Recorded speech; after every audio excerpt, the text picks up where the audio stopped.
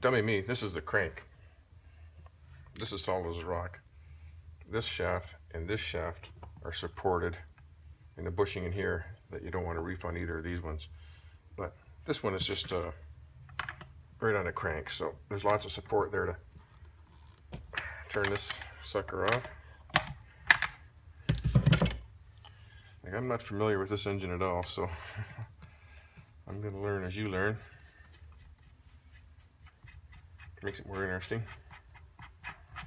So this is the worm gear that drives the oil pump in here. We're going to service that as well too.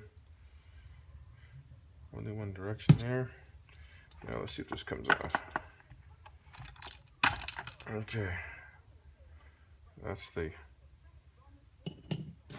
washer plate behind the tensioner.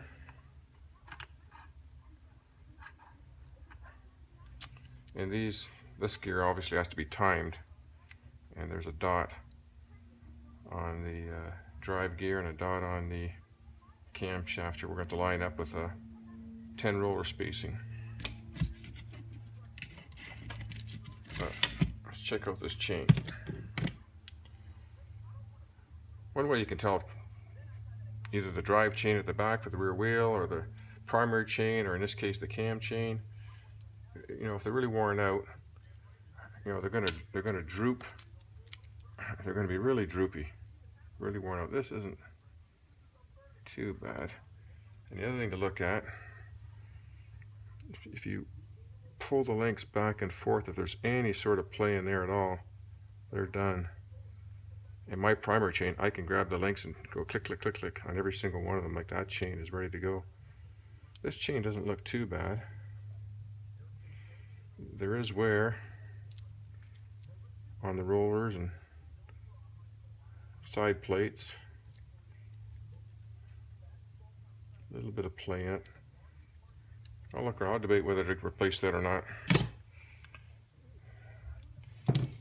And let's see. Just looking for any shims in here. I thought there were some shims maybe behind these. Doesn't look like it.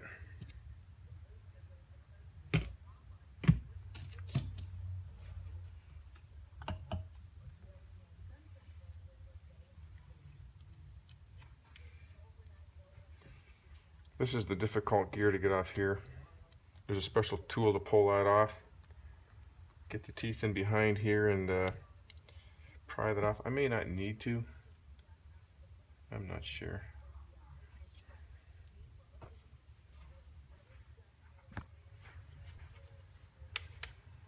I'm going to leave this gear on for now.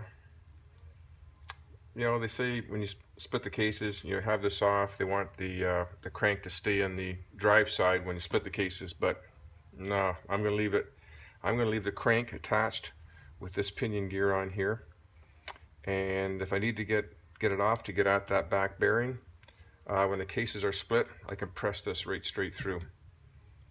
I'll make a box or plate to press the crank out of this here, because the teeth are barely grabbable with a 2-jaw puller. That's why I can see you have to order that special tool. But I'm going to split the cases anyway, so I can always press it out then. That's what I'm going to do. So the next step is I'm going to pull all the crankcase bolts out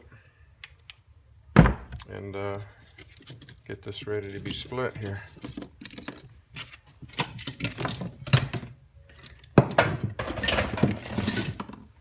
That's my plan.